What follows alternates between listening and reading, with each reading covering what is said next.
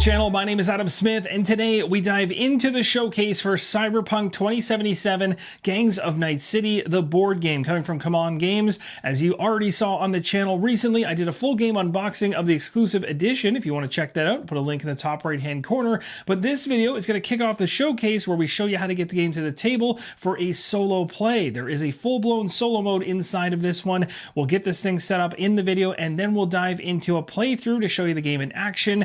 If you have not joined our Discord and Facebook group, we'd love to have you there. Without further ado, let's dive into the very first step of setup. The first step of setup is to get this game board on the table and ensure that you can see it. Probably better to have it vertical. You can turn it sideways and have it horizontal if you wish as well. That's the typical multiplayer setup. And when you're playing solo, you might as well be able to read everything straight up and down. So I've set it up right in the center of the table. When playing the game solo, you're going to make an adjustment to the Netrunner activation. You'll be placing a token on top of where it states an opponent discards one random combat card. Instead, that's going to change to move one friendly unit. Step number 2 is for creating your dice and token pool. You're going to place these next to the game board. For myself, I place them inside of game trays. These game trays do not come as part of the board game, but they are nice to keep things organized. These are some of the major resources within the game. So we have Eurodollar tokens here. We have corporate secret tokens in blue. And then just below it here, we have the contraband. And then, of course, we have the net watch dice. There are 2 of those. Step number 3 is an important one. We're going to choose the gang we wish to control, and you can choose it or you can randomly choose it, so you have no idea what you're going to get.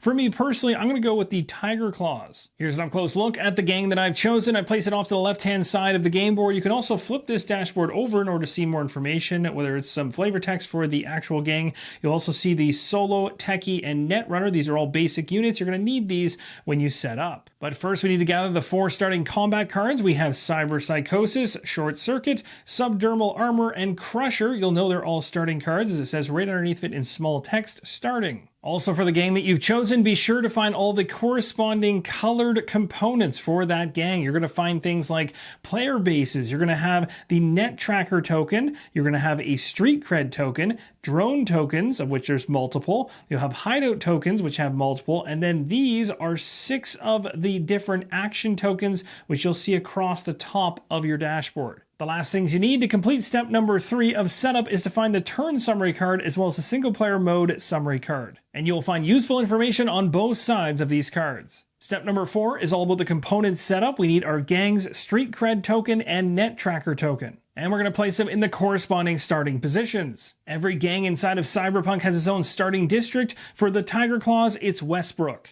Inside of Westbrook, we're going to place a hideout token, a solo unit, a techie unit, a netrunner unit, and whenever it states unit, it means one of the miniatures, and a drone token. The Tiger Claws have now established their presence in Westbrook. We have 3 different units there and 2 tokens. We have a hideout token, and we also have a drone token. Again, it doesn't matter where you place these right now. You're just placing them inside of the designated starting zone.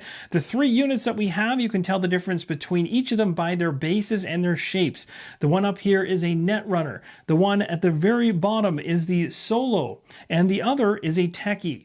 After getting your starting district all set up, come back to your gang dashboard. We're now going to place the remaining 3 hideout tokens on the 3 hideout slots you can see on the left-hand side of the dashboard. We're also going to place all 6 of the action tokens in their corresponding slots. Those tokens are now in position. We're also going to take 1 Eurodollar and 2 contraband. With those now in hand, we'll also place all the remaining figures near the dashboard. That wraps up step number 4 for the component setup of our gang. Let's now move to step 5, where we focus on the opposing gang setup. As a solo player, you can choose exactly which gang you go up against, or you can randomly decide by using the single player mode cards you can see here. You can shuffle them, draw one at random. Of course, make sure the one you're using is not part of the fray, so I'd have to remove this one here. But in my case, I'm choosing the Voodoo Boys. Now, the opposing gang will also need its own gang street cred tracker, which is right here. This token is going to go in the starting space just like yours did. So we'll place that way up in the top left-hand corner in a second. Also, you need a drone token and a hideout token, just 1 of each. You'll need all the miniatures, but for now, just grab 3. Flipping over the behavior card on the opposite side, you're going to see the starting district for the opposing gang. The Voodoo Boys are going to be hanging out in Pacifica. You're going to have a hideout token here, a solo unit here, a techie unit, and it's important to note the techie unit is going to be in the district's point of interest. You'll see this in a second. You'll need your Netrunner unit here for them and a drone token. The opposing gang is all set up. You'll see a point of interest here in the center of the map. This is where that techie unit goes. And the street cred token is up there in the starting space for the opposing gang. And I've placed the remaining opposing gang figures next to their behavior card. The key thing to note about the opposing gang setup is that you're not going to use the dashboard, the net tracker token, remaining hideouts, and any unique gang components are not used by the opposing gang when playing in single player mode. So it is very much streamlined in order to get them set up. That wraps up step number 5. Now into step number 6, we're going to set up the Opposing Edgerunner, and this is going to have us looking at these 3 cards inside the core box. We can flip them over and choose one, or we can pick one at random. Here's a look at the opposite side of these cards, and for this play, I'm going to choose Johnny Silverhand. The only components you're going to need for the Edgerunner is just the miniature that represents it, as well as the Opposing Edgerunner Street Cred Tracker.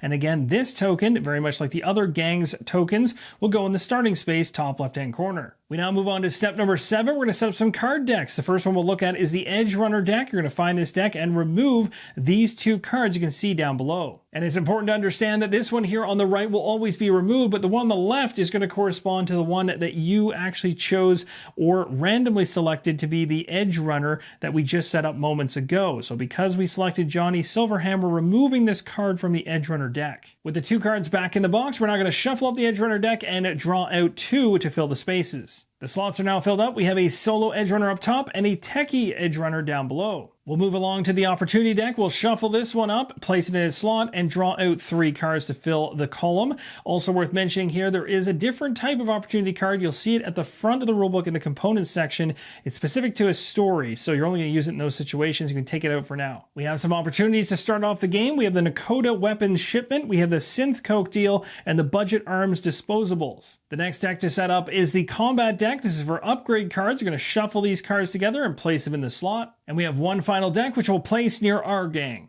And that deck is the district deck. You're going to shuffle these and place them face down. With step number 7 completed, we now move to the final step of setup, which is step 8. And that's just simply to place the story card in the very first slot of the story card row. And it's the one called Find Before You Came. This is the very first one you'll be playing when you're playing the single player mode. It is a double-sided card, flavor text on one side and instructions on the other, which we'll dive into in the playthrough. And that's all the steps to set up Cyberpunk 2077 Gangs of Night City from CMON Games. If you have this game incoming to you, if you've already received it, or you're looking into it for the future, I hope this series, this showcase of videos, is going to help you make an informed decision on it. Stay tuned to the channel as we dive into gameplay, and I'll show you exactly how this thing flows and operates. Thank you guys so much for watching. Let me know in the comments down below if you have any questions, thoughts, or are excited to see this one. And as always, keep on rolling solo.